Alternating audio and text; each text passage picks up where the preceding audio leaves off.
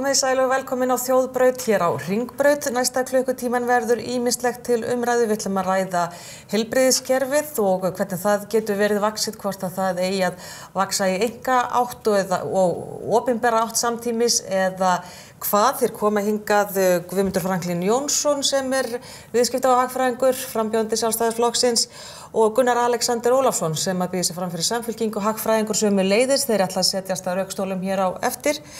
Og síðan ætlum við að skoða svolítið hver þáttakan var í fjöldamótmælum vegna uppljóstrana úr Panama-skjölunum svokölluðu. Það var gerð könnun á þessu, hvaða áhrif fjöldamótmælin höfðu, hverjir tóku þátt og af hverju. Þetta og ýmislegt annað framundan, við ætlum að byrja á þessu. Hópur lykilstjórnenda 20 talsins sem vinnur hjá Kaupþingi getur fengið samtals 1,5 milljarða króna í bónus, ekki seinna en vorið 2018. Þetta sagði DVF frá þessari starfskjarastefnu Kaupþings. Nú starfsmennirnir munu þegar hafa fengið bónus að greita upp á 10 milljóna þegar að nauðasamningar voru kláraðir áramótin. Og þetta tengist því að þessum starfsmönnum takist að hámarka virði óseldra eigna Kaupþings og þar með endurheimtur kröfufélagsins og þá fá þeir sumsé þennan bónus. Þetta getur verið alltaf 100 milljónir í hlut hvers starfsmanns. Nú Kaupþing í höndum kröfuhafa sem eiga 87% svo í Arion banka, auk fjölda annara eigna, en ríkið á 13% Arion banka á móti Kaupþingi. Elín Björg Jónsdóttir formaður BSRB ein af þeim sem hefur harðlega gagnrýnt þetta bónusakerfi sem virðist vera komið í gang og verður lagt fyrir aðalfund Kaupþings. En Elín Björg, velkomin. Takk. Það hafa ýmsir stigið fram og sagt, þetta ekki kerfi sem tilheyrir kannski fortíðinni, þessum tíma fyrir hrun, en hvað samt í sjálfu sér athugavert við þetta? Núna náttúrulega þetta bara kröfuhafar sem eiga Kaupþing og þeir hljóta nú með að gera það sem þið sýnist við sín pening og hvetja starfsfólkið. Já, eðlilega þú spyrir hvað athugavert við þetta. Það þetta mjög margt athugavert við þetta. Ef við bara hugum að því fólki sem þarna starfar, þá það þetta bara mæti sína vinnu og hefur ágætis laun fyrir það. Og síðan þá komið með þessa bónusa sem svona einhvers konar agn til þess að hámarka arðsemi þeirra. En þá spyrir maður líka, það nákvæmlega svona sem við viljum hafa okkar samfélag? Auðvitað ekki. Við erum með marga starfsmenn og margar stéttir sem hafa geysilega mikla ábyrgð í sínu störfum og það engir hvatar, launalegi hvatar til þess að vinna eins vel eins og það mögulega getur. Þannig að það skiptir auðvitað miklu máli þegar að svona kemur upp. Við sáum þetta auðvitað talsvert í aðdraganda hrunsins, uppsveifluna sem var auðvitað teiknuð og búin til, aðdraganda hrunsins, og við heldum satt best að segja mörg hver að það hefði orðið til þess að við myndum vilja læra því sem þá gerðist. Þá var sérstaklega teknir út hópar sem voru að sýsla með fjármuni, ekki fólk sem var að sýsla með mannslíf eða það sem kannski skiptir okkur miklu meira máli heldur krónur aurar.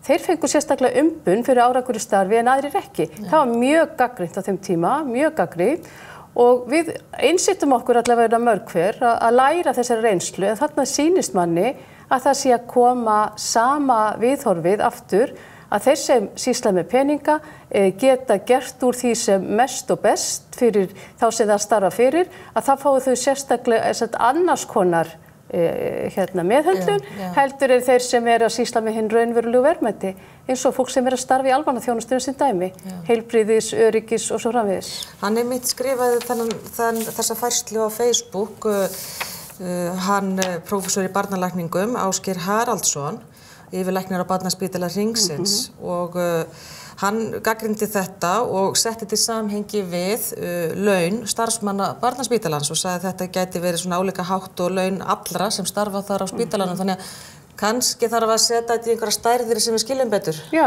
það nákvæmlega, og þetta var mjög gott hvernig þetta var sett saman vegna þess að ef það nú eitthvað sem við viljum að sé vel búið þá það barnadeild Landspítalans.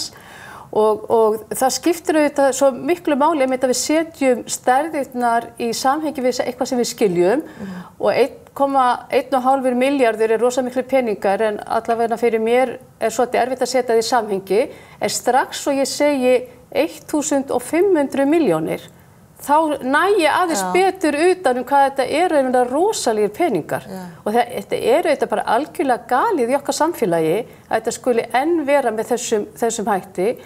Og maður veltir því auðvitað fyrir sér sko samfélagslegri ábyrgð stofnana, fyrirtækja eins og Arion banka að þeir skuli bara einfaldlega bjóða fólki upp á að leggja fram svona tillögu sem skilst eigi að fara fyrir aðalfund í dag eða morgun. Já, akkurat. En þarna náttúrulega virða stjórnendurnir sem að leggja þetta til sjá fyrir sér að þeirra hagnaður verði meiri ef þeir bjóði þennan bónus. Gera þeir þá ráð fyrir því að starfsfólkið vinni síður af því að hámarka verðgildi sín starfs. Þau sé ekki leggja sér fram nú þegar? Já, mér finnst það mjög sérkennilegt viðhorf. Ég vil bara segja alveg eins og að ég sannfærð það að launafólk almennt að leggja á sig allt sem það getur til þess að vinna eins vel og það getur. Þannig að mér finnst ég sérstakt að þessi hópur einn einhvern veginn öðruvísi heldur en allir aðrir sem vinna í þessu landi. Já, það sé ekki að gera sitt besta nú þegar. Nákvæmlega, og ég held að fólk gerir það almennt, gerir sitt besta til þess að sinna sínu störfum vel og vísandi aftur í læknina barnadeild Landspítalans.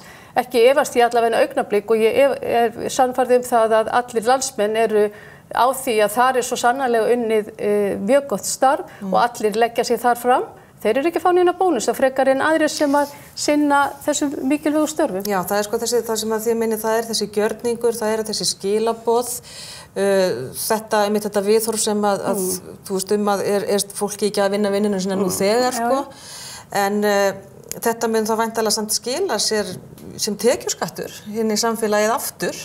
Já. Er það kannski hlið sem að má ekki gleyma? Já, auðvitað borga allir skatt af sínum tekjum, en það spurning hvort að þetta fé sé best komið með þessum hætti. Það hef ég efasemdir og væntanlega þá arðsemi líka skattlögð, ég gerir ráð fyrir því líka, þannig að það ekki eins og þetta sé tapað fé fyrir ríkissjóð. Það nú til eitthvað sem svona, maður kannski kalla svona hvalreksskattur, þetta svona hvalriki sem að fylgir í bara þessu starfi, þannig að þið allavega, þið viljið að stjórnmálamenninni blandi sér eitthvað í þetta. Og gera eitthvað. Að minna tilefni hefur verið brugðist við til þess að setja lög á það sem að menn telja óhæfu verk og þetta auðvitað eitt af því og þess vegna hefur þetta verið ákall til þingmanna að skoða það hvort það væri þá ekki hægt að bregðast við þessum einhverjum öðrum hætti heldur en að láta þetta yfir okkur ganga. Þetta ekki undir, Kaupþing lítur ekki eftirliti fjármálaeftirlitsins og heyrir þar með ekki undir lög fjármálafyrirtæki sem að takmarka kaupaukagreiðslur við 25% af árslaunum viðkomandi starfsmanns og það af því að bankinn, Arion banki ekki það stór hluti af eignasafninu þó hann sé verðmæta eign.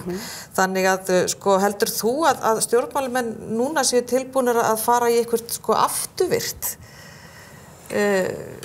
kerfi þar sem að þetta mun þá falla undir fjármálaeftirliti eða eitthvað álíka? Það má vel vera að bankinn falli ekki undir þau lög sem núna eru í dag meðferð á svona bónusgreiðslur til starfsmanna en bara viðhorfið að fara þó eftir því þó þeim ber ekki lagalega skylda til þess líka mjög sérstök. Og við erum auðvitað að tala eins og ég nefndi áðan, hversu virði samfélagsábyrgðin okkar og það skiptir auðvitað svo miklu máli að við áttum okkur á því að við erum öll búandi í þessu landi og við erum öll að taka þátt í rekstri samfélagsins og þar á ekkert að vera einn hópur undan skilin, bara alls ekki. Þetta eitthvað sem að verður lagt til samþykktar fyrir aðalfundir sem kom áðan í dag eða á morgun og þá getum við svona séð hver þróunin verður. En finnst þér þetta vera þá svona eins og upphafa að einhverju óheilla þróun? Við auðvitað hræðumst það að við höfum ekki lært nægilega af því sem gerðist hér 2009 og aðdraganda þess og síðan eftir leikurinn. Við héldum satt best að segja að við værum að breyta verðmætamatinn okkar og þetta alls ekki í þeim dúr. Þannig að eðlilega hræðust við sporin og ef einhverjir hópar eru þannig að þeir telja sig ekki bera ábyrgð á hér samfélaginu eins og aðrir og komast upp með það, þá það auðvitað ástæða til þess að hræðast það. Það einmitt að við skoðum þetta nánar. Elín Björg Jónsdóttir, formaður BSRB. Takk fyrir að koma hingað á Þjóðbraut. Og hér framundan ætlar Sigurjón M. Egilsson meðal annars að ræða við hagfræðinginn Gunnar Alexander Ólafsson og viðskiptahagfræðinginn Guðmund Franklín Jónsson. Og svo ætlum við líka að skoða hverjir tóku þátt í fjöldamótmælum vegna uppljóstrana úr Panamaskjölunum. Hvers vegna gerðu þeir það og hvaða áhrif hafði það? Verið með okkur hér áfram til klukkan 10.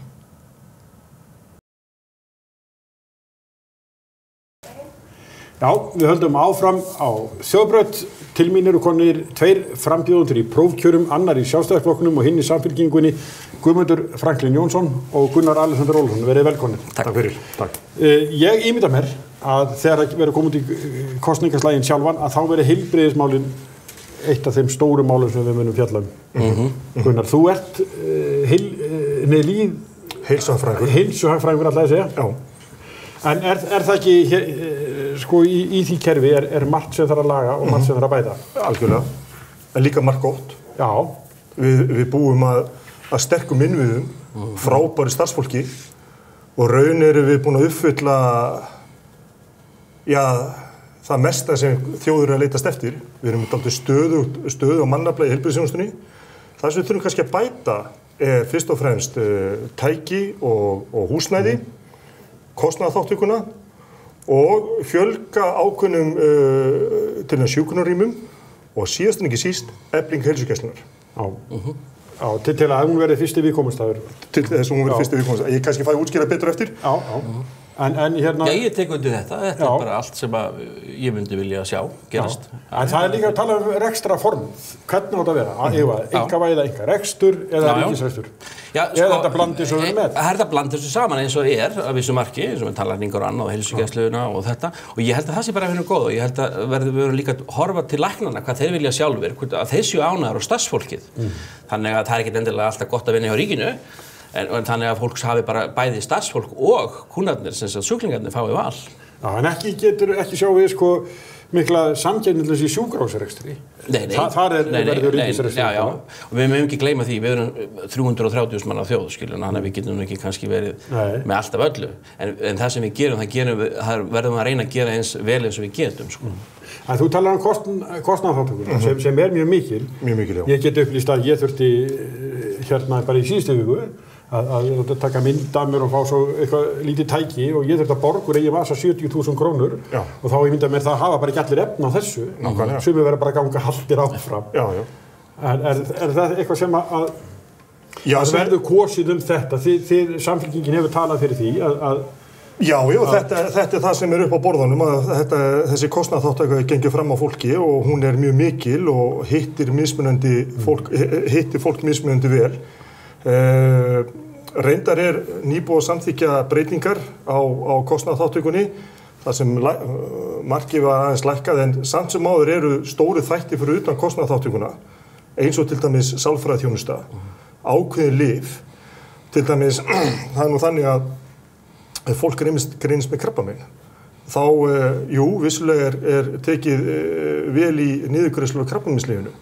En krabbameinin kannski triggerar fullt af öðru vanlíðan sem þarf sýklalyf, verkjalyf, jafnvel svefnlyf sem er ekki til niðurgreitt, sem hreinlega triggerast af sjúkdómnum og þeim lyfjum sem eru í gangi. Þannig að fólk stendur kannski fram fyrir því að vera kannski með gríðarlegan lyfjakostnað sem er fyrir utan niðurgreiðsluna. Þetta þarf einhvern veginn að koma inn í kerfið vegna þess að fólk sem greinist með krabbamein, svo ég nefni það ennþá sem dæmi, það er bara fyrst og síðast að reyna að ná heilsu, reyna að hugsa um heilsuna sína. Það kannski má ekki við því að fá kannski reikning upp á 10.000 og 100.000 út af einhverju lyfi sem bara tryggjast af því að þú ert komin að sjúkdóm. Það verður að afnema greiðslu þátttöku sjúklingana og ég held að sé miklu meira atriði að byggja upp fyrirbyggjandi aðgerðir. Því ég þekki það frá Danmörku að hvað sem gerist, þú getur farið á spítala eða bráðamóttöku, hvað sem þú ert ekki rukkaður fyrir nokkuð skapaðan hlut.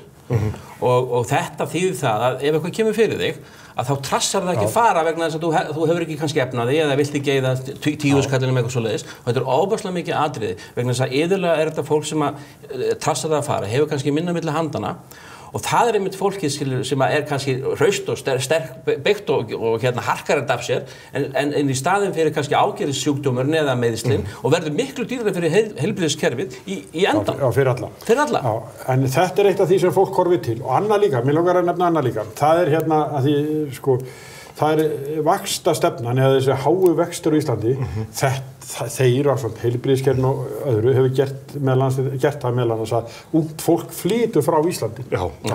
Og ég held að vextinni séu jafnvel vegið þyngst þar.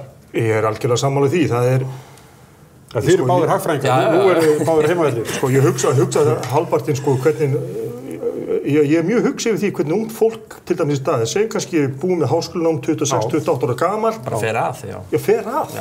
Fyrir ef það kemur heim frá langskólanámi, byrjar að leigja á þessum ótrygga og óvissu leigumarkað sem í gangi, kannski að borga 150.000 ef ég sloppið fyrir 3 herbergja íbúð. Hvernig er þetta að leggja pening fyrir? Og með að við kannski eiginfjárkröfu upp á 20% í eigin húsnæði, með að við hvað fasteign verið búið að hækka, á þess að ég hugsa ekki, mér bara, það bara stór spurning hjá mér, hvernig fær fólk þessu? Og kannt að reikna. Ég kann að reikna, já. Og þér býður í að kvöldu. Og vextir eru náttúrulega allt og háir, en þeir sem betur fyrir eru faralækandi og þeir hefðu nú við hefðum getað séð kannski hraðri lækkun á vöxtum. Já, stýrivextirnir í nágrannum alveg niður í núll. Já, og með negatífur sumstæðar, og sem ekkert endilega gott. Nei, alls ekki. Og auðvitað eru háir vextir gott fyrir suma, en slæmt fyrir flesta, vegna þess og plús við erum náttúrulega með verðtryggingu, við erum með axlabönd og belti á öllum lánum og bara það að kaupa sinni íbúð þegar þú kemur út úr háskóla með gott jobb og annað, að þú bara hreinlega getur ekki. Lóðirnar eru svo dýrar, það eru bara til dæmis engar lóðir eftir í Reykjavík, þannig að djöfis aumingjaskapur, skilur, það get ekki boðið ungu fólki upp á lóðir til þess að byggja á, það er bara ekki hægt, það get ekki framleitt þær, skilur. Þó það séu til eins og Geldinganes og uppfylling út í já, ég meina það þú farið upp í fjöll, já. En sko, það sem að ég myndi vilja sjá væri það að ungt fólk gæti jafnvel, sem sagt, fengi fyrirframgreiddan lífeyrisgreiðslurnar sínar. Þannig ef þú kemur út á vinnumarkaðan, ert einhverjum lífeyrissjóð, þú ert byrjað að vinna, að það geti fengið skilur lán fyrir útborgun frá lífeyrissjóðnum, svona fyrirframgreiddan lífeyri, kannski svona 5 ár eitthvað svoleiðis, eða 10 ár, eða hvað sem og síðan verið þá í samkomulagi við lífeyrissjóðunum að fjármagna íbúðana sína og verið svona væntanlega lífeyrisgreiðslu, sko, og verið þá með svona samkomulag við lífeyrissjóðun sinn, skilur, til langs tíma. Þetta ein leið. Þetta ekkert óvillig hugmynd, en það bara eitt sem ég hef áhyggjur af ef maður fer að setja lífeyrisgreiðslurnar inn í húsnæðiskerfið. Eins og ég skil lífeyriskerfið í dag, minn lífeyrissjóður ekki aðfararhæfur ef ég lendi í fjárhagserfiðleikum. Nei. En hann verður það ef ég fara að blanda húsnæði mín inn í það. Já. Bara sem dæmi. Þannig ég vil fara mjög varlega, stíga mjög varlega til jarðara því að þetta er raun mín trygging þegar ég verið 70. Sama hvað gengið á, þá hef ég alltaf mína lífeyrissjóðsgreiðslur. En sko, hvert er vandamáli hér með húsnæðiskerfið? Ég er alveg sammála við og lóðaskortur og háir vextir. Já, býtum við, það kom ágætis dæmi úr Hafnarfirði. Þeir lækkuðu verðið á lóðum. Hver var niðurstaðan af því? Verktakarnir höfðu bara jafn átt. Nei, come on, það er bæði haldið og sleppt. En ég ætla bara að fá að klára. Þú greinlega horfir á Þannig gera það í Hafnarfirðinni. Ég ætla bara að fá að klára. Sko, fyrst og síðast er það verðtryggingin, fyrst og síðast er það krónan, fyrst og síðast er það sem gera það verkum við erum svona hátt vaxtastig. Þú fyrir eitthvað að spyrja Guðmund af því hvernig það er að reka fyrirtæki í Danmörku með að reka fyrirtæki á Íslandi.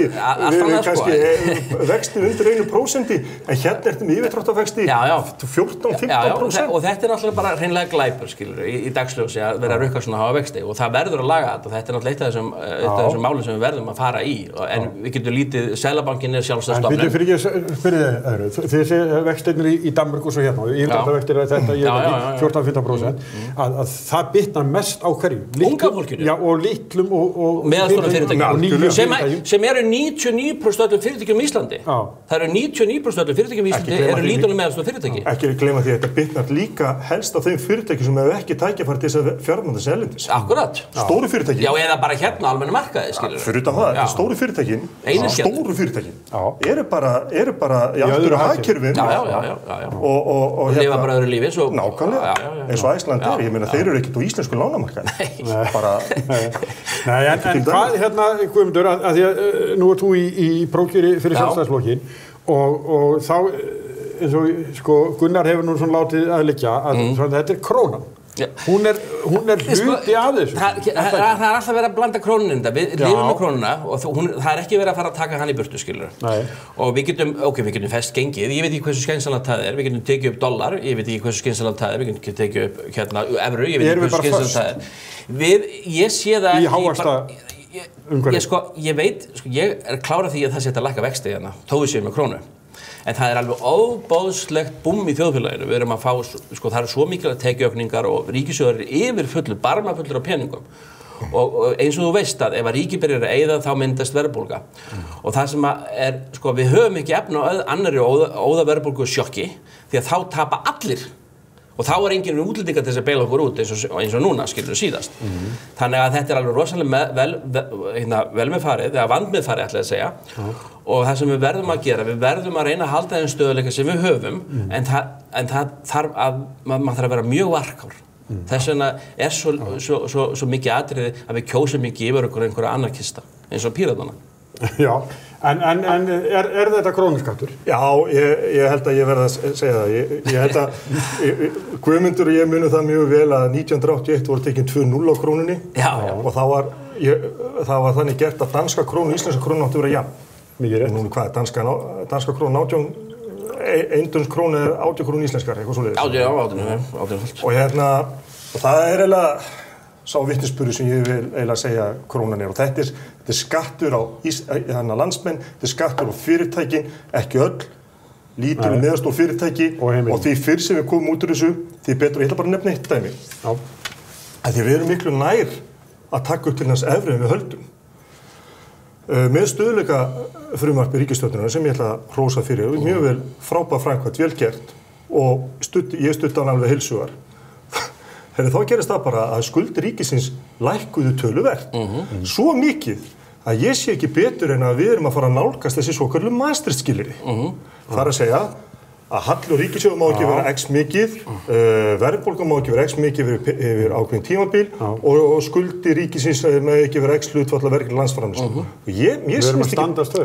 Já, við erum að dansa einhvern línudans. En ef við tölum það, skilur við. Þannig að við erum miklu nær evrunni en nokkuð sem náður. En ef við ætlum að fara að tala um að taka upp annan gjaldmiðil, myndum við þá ekki hugsanlega taka upp þann gjaldmiðil sem gerir mest viðskipti í og skuldum mest í? Það er ekki evran, það er dollarinn. Því að öll stærstu fyrirtækjun okkar eru jafnvel með dollarareikninga, þau skulda mest í dollarum, allir útlendingur okkar er mest í dollarum, vegna þess að álið er allt eftir Rotterdam en það er selt í dollarum. Þó að það er til Rotterdam, þá er það skráð í bækurnar sem evruland, en það er í dollarum vegna þess að heimsmarkaðsverð á áli er í dollarum. Og það er selt í dollarum, þó að það sé flutt í Rotterdam. Þannig að í skýrslu Seðlabankans þá kemur fram að þessi eins og sé evrum, en það er það ekki. Þannig að ef þú tekur þetta allt saman og fiskinn og hvað sem er, þá munar þarna, ég held að sé 10-15% meira í dollarum heldur en í evrum, já. Þannig ef eitthvað er það á dollarinn og ég meina, hann er náttúrulega alþjóða gjaldmiðill sem notaður í flestum tilvikum allstaðar í heiminum og það eru 30 lönd sem nota dollar, auðvitað með Bandaríkin. Við erum búin að tala hérna nokkra mínútur og nú er Guðmundur búin að tala sér frá krónunni yfir dollar. Ég segi það bara styttist skrefin í evruna. Við erum að splæsa 10 mínútur við viðbókar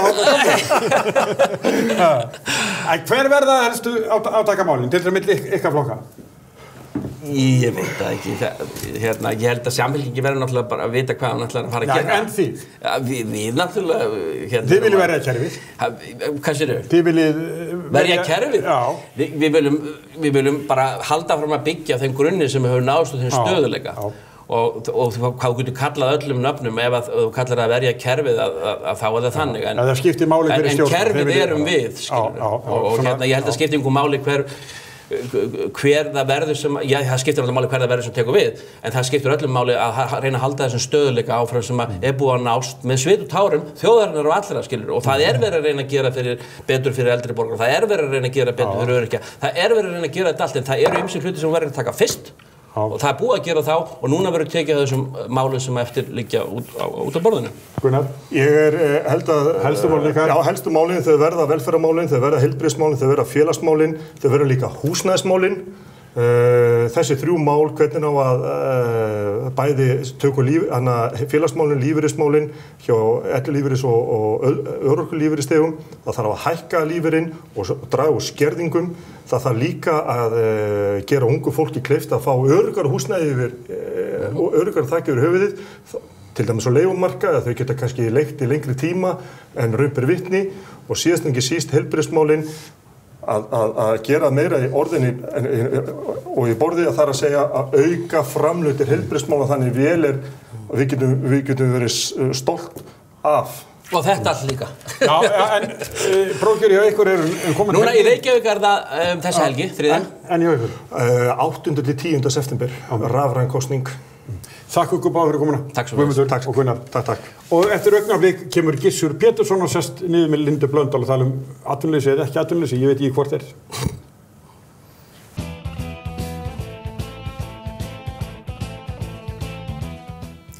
Og komið þið sæl aftur. Við erum að ræða hluti sem að minna marga á það sem að var fyrir hrun. Við erum að tala bónusa fyrir bankamenn. Gerðum það hér rétt áðan við formann BSRB. Næst ætlum við að beina sjónum okkar að atvinnulífinu og þeim skorti á vinnuafli sem að núna ber við, sér í lagi í byggingariðnaði. En tölurnar eru svona, atvinnuleysi mælist nú 2% og hefur ekki verið lægra síðan haustið 2008, rétt fyrir hrun. Og hann er sestur hér, Gissur Pétursson, forstjóri Vinnumálastofnunar, velkomin. Takk fyrir. Það eru svona draugar á sveimi sem að minna marga á hvernig þetta var þegar að þenslan byrjaði og síðan fóru við kollsteypuna eins og allir þekkja. En 2% atvinnuleysi, hvað er á bak við þessa tölu? Já, það má segja að skýringin á henni er auðvitað þessi gífurlegi vöxtur sem hefur verið í ferðaþjónustunni. Hann skýrir nú að stórum hluta það að við séum núna að glíma við lítið atvinnuleysi, en einhverjum myndir nú telja að það væri alltaf svona skemmtilegt viðfangsefni og eiginlega kjörstaða með við margar þjóðir í Evrópu og víðar. Já. Svo að það má segja að það hafi þetta sé auðvitað kosturinn við lítið hagkerfi eins og okkar.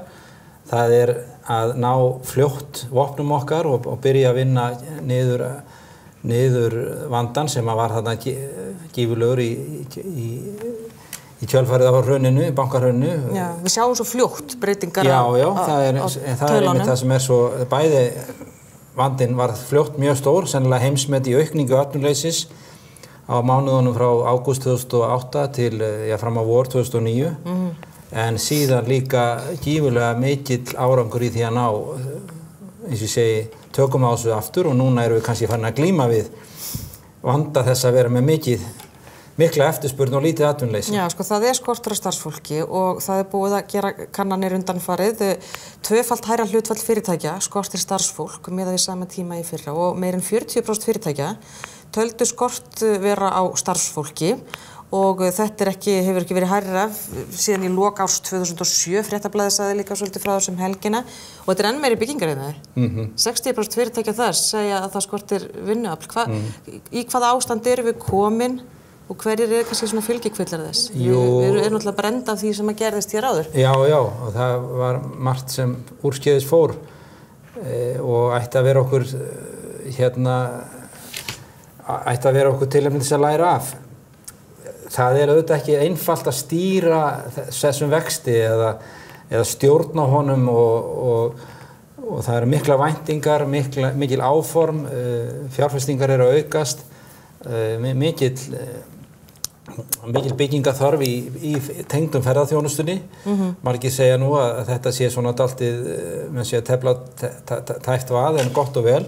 Mjög mikið hótelbyggingar og gistihúsabyggingar, þannig að það er víða verið að kalla eftir fólki. Það verður ekki leyst nema með innflutningi á vinnuafli. Hversu vel fylgist þið með því? Hver er svona hvert erum við komin í því? Já, það má segja, þó svo að við vorum að spá fyrir búferlaflutninga núna í byrjun ársins.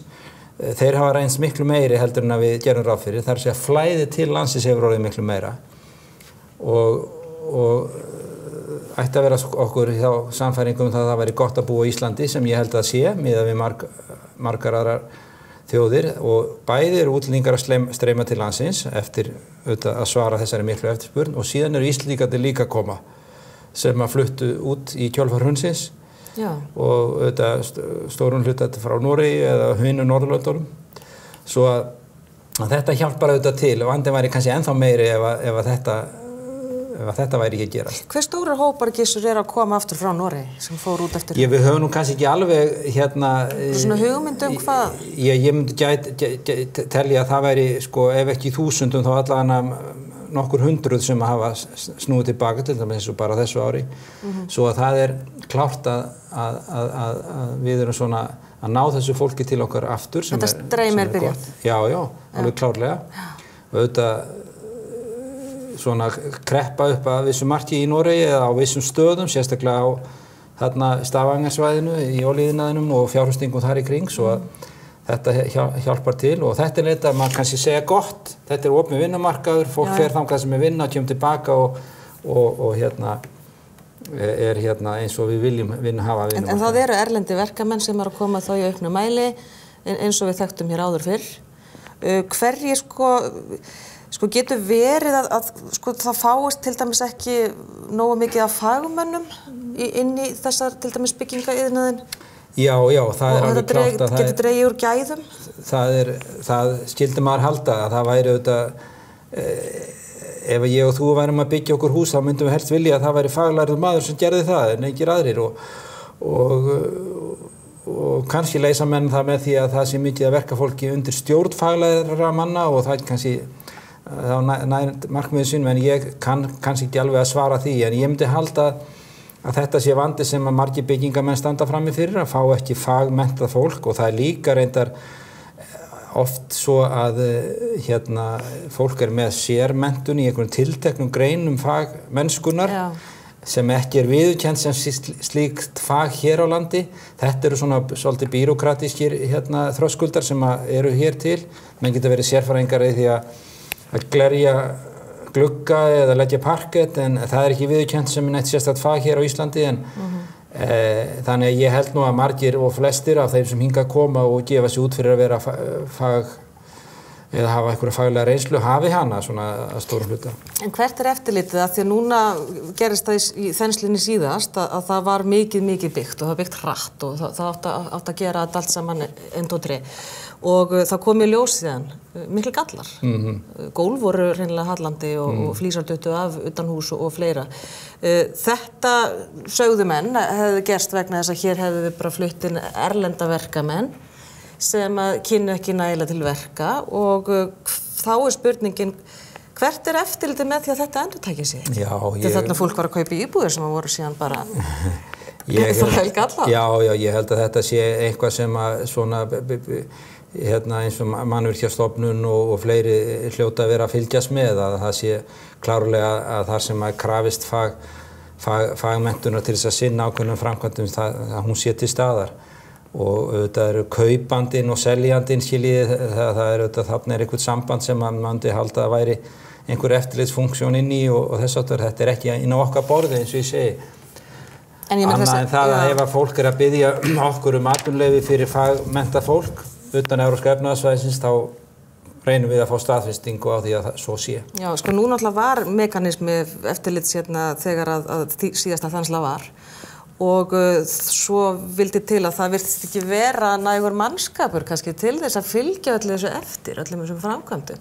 Þannig ég veit ekki, hefur trú á því að það hafi eitthvað bæst? Eitthvað bannað? Ég bara þekki ekki það mál nægilega vel en við skulum vona að svo sé, menn hafi eitthvað lært af reynslunni. En nú til þess. Já, en það veruleg eftirspurn eftir starfsfólki og sko þetta augljóslega þensla. Jú, það gífurleg þensla, það gífurleg eftirspurn og menn myndu tala, það gjarnan talað náttúrulegt atvinnuleysi, hagfræðingar leika sér með þá töludáltið og ég myndi halda að 2% atvinnuleysi væri talsvert fyrir neðan það. Getur það lækkað meira? Já, það var 0,7% í ágúst 2008. Ég ekkert alveg vissum samt að það lækki mikið meira. Við höfum ekki verið að gera því skóna og það eru ákveðinir svona jafn gott eins og það nú að búa hérna og þá það líka ágefni hvernig vinnumarkaðurinn að þróast og ég hef haft orð á því að við söknum þess að fá inn störf þar sem verið að kalla eftir sérmenntuðu fólki, háskólamenntuðu fólk með langtíma menntun og þau eru ekki að koma og alls ekki í þeim mæli sem að þenslan maður myndi ætla af henni að væri að gerast og það þá einhvers þróun á vinnumarkaðanum sem að kalla bara eftir ófaglærður fólki og það þessi mikli vöxtur í ferðaþjónustunni. Fylgjumst betur með þessu, Gissur Pétursson, forstjóri Vinnumálastofnunar, setjum punktinn hérna. Takk fyrir. Heyrum betur því síðar. Og Sigurjón M. Egilsson ætlar að halda áfram á þjóðbrautinni hér eftir smástund.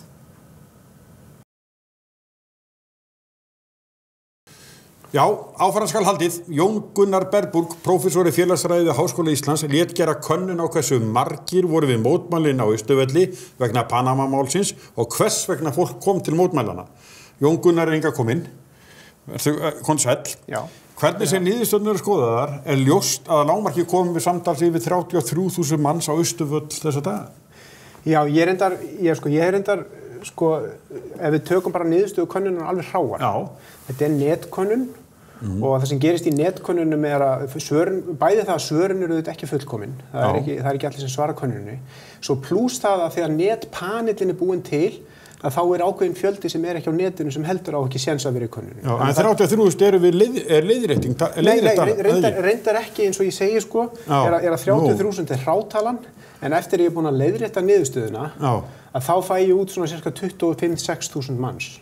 Sem komu þessa daga? Sem komu á, þá er ég að tala um mánudagsmót með fyrirgjöf. Já, ég er að tala um á þeim tímabili sem könnunin á til. Já, það er alveg rétt hjá þér. Já. Þá er það mitt leiðrétta mat að cirka, við erum að tala um svona 30 manns í heildina. Já, en þegar flest var, þá var aftur hvað margir? Já, þá erum við að tala um kannski svona 25-6.000 manns. Og þá er það svona frekar varlega áætla miðað við niðurstöðu könnunarinnar. Það er að segja niðurstöðu könnunar að gefa til kynna með töluvert hærri tölu og ég er svona að reyna að leiðrétta þetta með tilliti til hugsanlegar svarbjögunar og þá fæ ég út svona cirka 26.000 manns. Og ef ég færi mjög langt í það að leiðrétta þetta, þannig að það væri í raun og veru orðið ólíklegt að bjögunin sé svo mikil, þá kemst ég samt aldrei undir 20.000. Í svona innan skynsamlegra marka. Þannig að mitt svona besta mat með við núverandi gögn svona 25-26.000 manns mánudaginn 4. apríl og svona cirka 33.000 í heildina yfir allt tímabilið. Sem mjög margt. Það er stóra atriði, það er bara mjög margt sem mæta. Þetta er talað yfir 10% þjóðarinnar. Já, nú er ég að horfa á höfuðborgar, könnunin gerð meðal höfuðborgarbúa, eða það er íbúa höfuðborgarsvæðisins, það er þeir sem auðvitað hafa séns á að mæta og aðrir ekki í þessu Austurvallamótmæli. Þannig að þar erum við að tala um, held ég að við fengið 21% höfuðborgarbúa, sem er 21-2% sem hafa það mætt í þessi mótmæli á þessu tímabili. Má ég spyrja þig, þekkjuru dæmi frá öðrum löndum til að bera þetta sama við? Já, ef við berum, mér finnst persónulega, eins og ég reyndi að benda á í greininu minni, mjög áhugavert, einn punktur, er að búsáhaldabyltingin, það voru líka gerða kannanir á þáttöku í búsáhaldabyltingunni, þar fengum við svona 25% þáttöku í búsáhalda mótmælanum í heildina. Þannig að þessi mótmæli eru svona næstu þó að pari við fjöldar sem tók þátt í búsáhaldabyltingunni. Svo mikið skemmri tími og færri samkomur eða hvað maður kalla það. Já. Á hinn bóginn þá hafa verið gerðar kannanir til dæmis í Grikklandi þegar mótmælin þar voru sem mest og þá voru menn að fá út cirka þriðjungs þáttöku, yfir 30% þáttöku yfir heilt ár og þá erum við að tala um mestu mótmæla árið í Grikklandi. Þannig að þetta var mjög umfangsmikið mótmælin vegna Panama.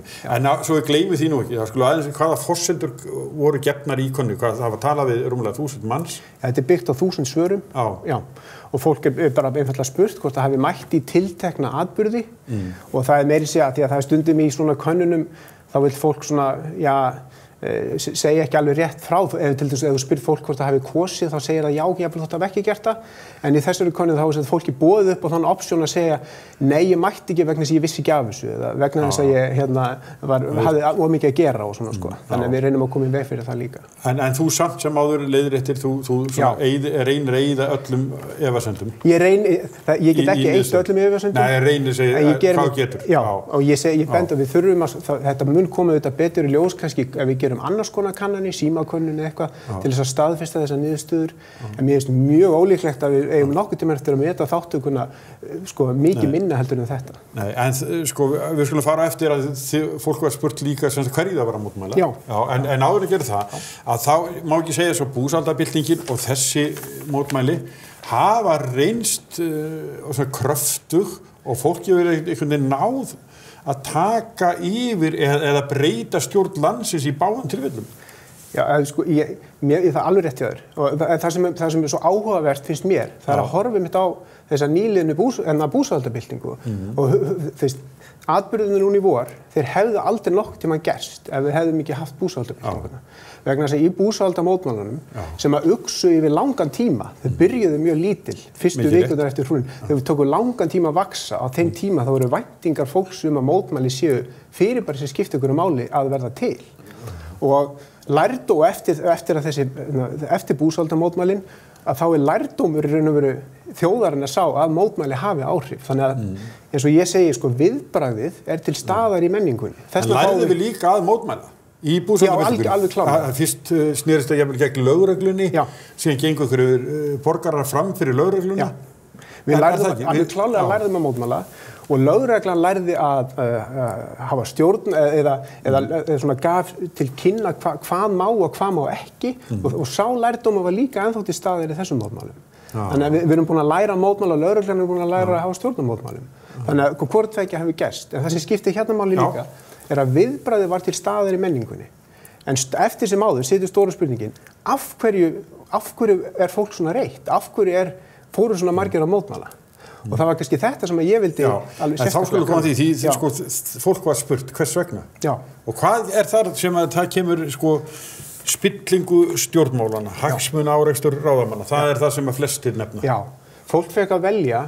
Sem nú kannski eðlilegt þarna í Panama-málunum. Já, sko eins og ég held að við gerst sko er að Panama-hneykslið, Panama-lekinn, hann kveikir í tilfinningum sem að urðu til í hruninu. Og þessar tilfinningar... Þetta sé dýpra en það. Já, algjörlega klárlega, það er það sem ég held sko. Þetta kveikir í þeirri upplifuna til bara óánægju með stjórnmálin, vantraust í stjórnmálana, þessi tilfinningum að svona hinn í ríku hafi náðst tökum á ríkisvaldinu, allar þessi orðræða sem var til í hruninu, hún er búin að blunda í okkur síðan þá. Panama-hneykslið, hann vakti upp þessar tilfinningar. Þegar við spyrjum fólkum, eins og þú segir, opna spurningar af hverju það tók þátt, að þá algengasta svarið ekki Sigmundur Davíð og hans mál. Heldur spilling stjórnmálanna, siðferðisbrestir stjórnmálamanna. Það er þessi almenna óánægja með lýðræði. Það er svolítið minn punktur sko. Eða það er svolítið punkturinn í svörum. Já, ég skilji, já. Þetta er algengasta svarið. Það er ekki Sigmundur, það eru spilling. Það er siðferðið, spillingin, það er það sem er. Og kosningar strax, að fólk fá að taka þátt í lýðræðinu. Já, eitt með það sem þú kennst að eða könnunin svarar er það að það eru sumir sem fara hérna mótmæla bara þeir á móti ríkisstjórnin, þeir vilja, þeir eru bara vinstramenn í pólitíkinu og er hægri stjórn. Já, algjörlega. Er það ekki? Þeir stökkva á bara vagnin og til að ná sínu fram þó að það sé ekki endilega Panama-leikinn sé ekki hvatinn. Já, alveg svo í búsaldabyltingunni. Ég meina, þú veist, stór viðburður þessu tagi, það er alls konar mótíf í gangi á fólki. Ég meina, þú veist, það er ekki allir með sömu mótífin að mæta á mótmælin. Sumir eru reiður út af spillingu, aðrir eru með sín pólitísku mótíf. Það er margt í gangi, sko. En hvað þýðir sko þessi sko búsaldabyltingin og svo þessi mótmæli? Í báðum tilvikum urðu mjög mikil áhrif. Að ríkisstjórnir eða nánast ríkisstjórnir fóna eða forsætisráðherra sagði að sér með og kosningar verða og allt þetta að hérna má ímynda sér það að þessar staðreyndir séu svona vöndur eða eitthvað svona gríla á stjórnvöld að þau get alltaf búist í því gangið og langt að Austurvöllur fyllist fólki komið með eitthvað svona vopn gegn hérna ráðan döflum? Ég veit, ég myndi kannski orða þetta, eins og ég myndi vilja orða þetta. Ég myndi segja, sko, það þú veist, arfleið hrunsins, ekki bara á Íslandi. Ekki bara á Íslandi, vestan og austanhafs líka. Arfleið efnahagskreppunnar óánægja með lýðræðið, vantraust út í stjórnmálin. Fólk komst að því og sá að stjórnmálin eru búin að missa tökin á stórum sviðum þjóðlífsins. Þú veist, og það það sem opinberast í hruninu.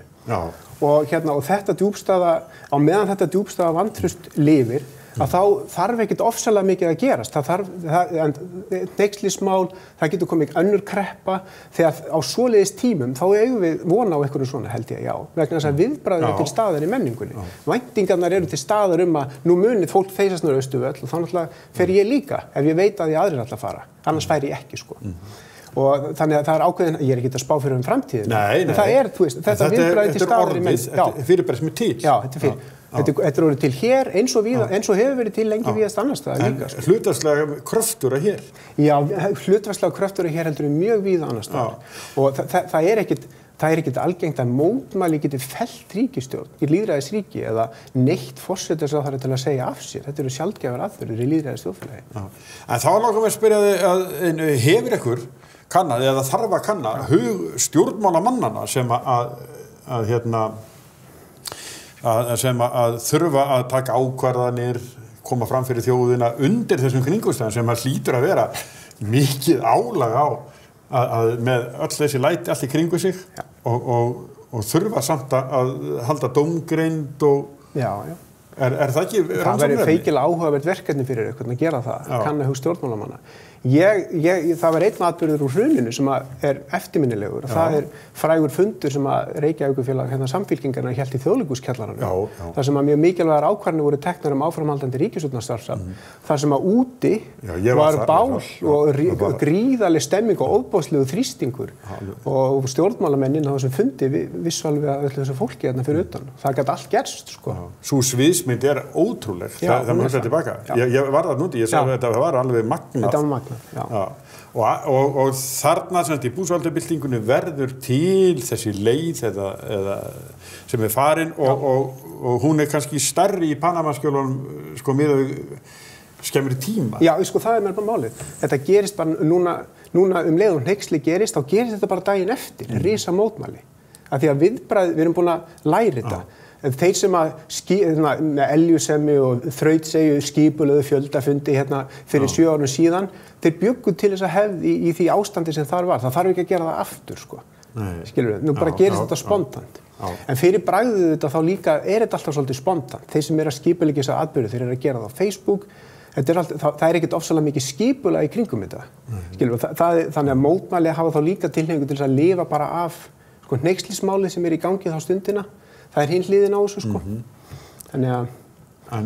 En sko, það talaði að hér vanti svona beint lýðræði og aðkomu borgarana af stærri málum og sem vissulega verið að tala hugsanlega breytingar á stjórnarskrá, við þekkjum þetta. En þarna svona eiginlega fara að sko gera borgararnir svolítið breiða án þess að hafa það neitt í stjórnarskrá eða beint lýðræði heldur þau bara taka sér stöðu. Já.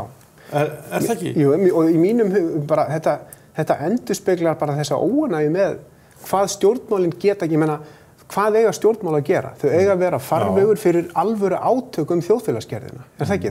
Við viljum sjá þessi átök fara fram í stjórnmálunum. Og ef fólk trúir ekki að stjórnmálin geti sinnt þeim átökum, þá færast átökin eitthvað annað. Þau geta fæst út á torg og götur, sko. Það sem gerist þegar fólk missir alveg trú á að stjórnmálin sé þessi farvegur átökin. En maður spyrja, þetta gott eða illt? Já, ég held að það sé slæmt ef að fólk trúir ekki á að stjórnmálin sé farvegur fyrir átökum þjóðfélagsgerðina. Það slæmt í sjálfu sig vegna þess að það veldur ólgu og óróa og vantrausti og það ekkert víst að við getum alveg fengið sko alls konar svona öfgahreyfingar í kjölfarið og slíkt. Þannig ég held bara bottom line sé það er mjög mikilvægt að stjórnmálamenn fari aftur að vinna í því að gera fólk ánægt með lýðræði, að gera fólk ánægt með hvað stjórnmálamenn geta gert. En frá hruni hafa orðið ótrúlega mikla breytingar í íslensku stjórnmálum. Sjálfstæðisflokkurinn, hann svona skugginn af sjálfum sér, við talum ekki samfylkinguna, að fólk virðist vera svona lausara flokkonum en áður var. Getur það verið að það sé hluti af því sem gerðist þarna, að fólk finnur sig ekki eins bundið flokkum, að þetta sé svona afleiðing að þeim rústum sem voru? Já, ég held að það sé alveg örugt. En það sem svona almennt séð, þegar stórar kreppur af þessu tagi gerast og hraðar breytingar í kjölfarið, að hefðbundnir stjórnmálaflokkar, þeir eiga dálítið erfitt með að finna upp nýtt agenda 1, 2 og 3, Þú veist, hefðbundnir stjórnmálaflokkar eiga erfitt með að breytast, á hröðum breytingatímum. Og þess vegna sprett upp ný öfl. En þau öfl geta verið framsækin og þau öfl geta líka verið afturhaldssemi. Það eru tækifæri fyrir báða enda. Þegar við tölum það hérna, Jón Gunnar, þá erum við alltaf að tala það að við erum lánsum, að nýja aflið okkar eru Píratar sem engu stendur svona ógnað, en í öðrum löndum hefur fólk hort á öfl sem að fólk jafnvel óttast. Já. Á óvissu tímum, ólgu og óvissu tímum, þá eru tækifæri bæði fyrir framsækni og líka fyrir afturhaldssemi. Það ótti, sumir geta komið fram á alið á ótta og sagt, við og hinir, komið svona einföld skilaboð til að búa til samheldni. Og ég held að sé líka ákveðin svoleiðis hætti í spilunum. Við sjáum það mjög skýrt í mörgum Evrópulöndum og í Bandaríkjunum líka. Þessar myndir, Herri, þetta forvindilegt. Já. Jón Gunnar Berbuk, þakka þér kærlega fyrir. Takk fyrir. Já, áður en við kveðjum í kvöld, þá ætlum við að sýna ykkur myndband sem okkur bast. Myndband sem ungt fólk bjóð til, fólk sem ákveðið að flytja burt frá Íslandi. Það ekkur hvers vegna, eða hvað það sem það mun ekki sakna við að yfirgefa Ísland. Myndband á ensku en auðskilinni.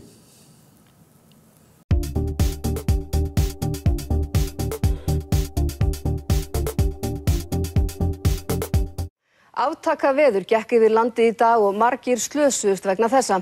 Verst var veðrið á Suðurlandi frá... Það var heldur betur illa fyrir þessu ameríska hjólhýsi í vindhviðanum í morgun, en það gjörónýtt eftir að hafa splundrast í verstu vindhviðanum. Brotnuðu rafmagnsstaurar. Rokið hefur valdið töluverðum vandræðum í miðborginni. Hér hefur sjór gengið yfir Sæbrautina og við Höfðatorg átti fólk erfitt með að fóta sig í mesta rokinu. Vindhviður fóru yfir 40 metra á sekúndu. Óveðrið hafði fyrst og fremst áhrif á Vesturlandi að umferðum landshlutan var lítil sem engin. Island har ligget i skudlinjen. Deroppe man godt nok vant til voldsomt vejr, men denne her vinter, der tager det dog altså prisen som den værste i lange tider.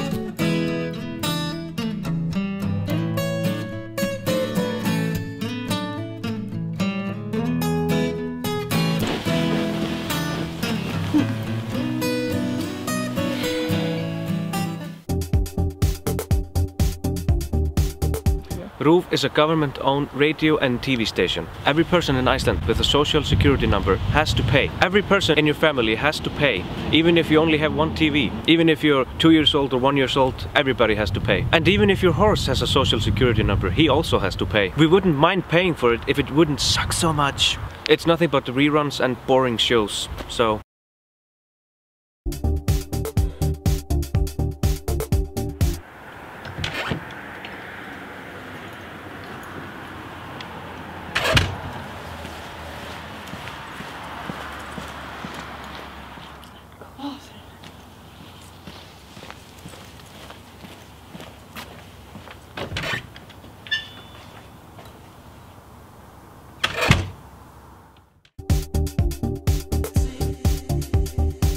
Living in Iceland is very unfavorable. Buying food in Iceland is very expensive because we have one of the highest food taxes in the world. Renting in Iceland is also very expensive. If you're renting by yourself, it's very hard, and if you're a student, it's impossible.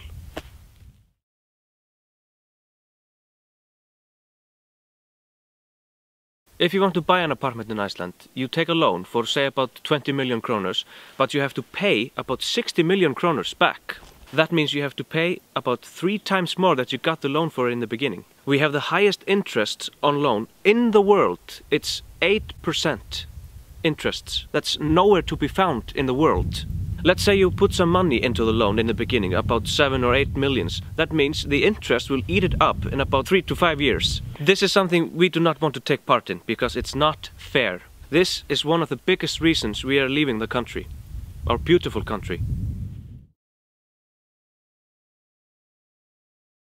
Já, við þökkum fyrir þetta og ykkur fyrir að vera með okkur í kvöld. Við verðum hér aftur annað kvöld með nýjan þátt og ég minni jafnframt á það að 8:30 annað kvöld það ritstjórarnir með Sigmundi Erni Rúnarssyni. Sæl að sinni.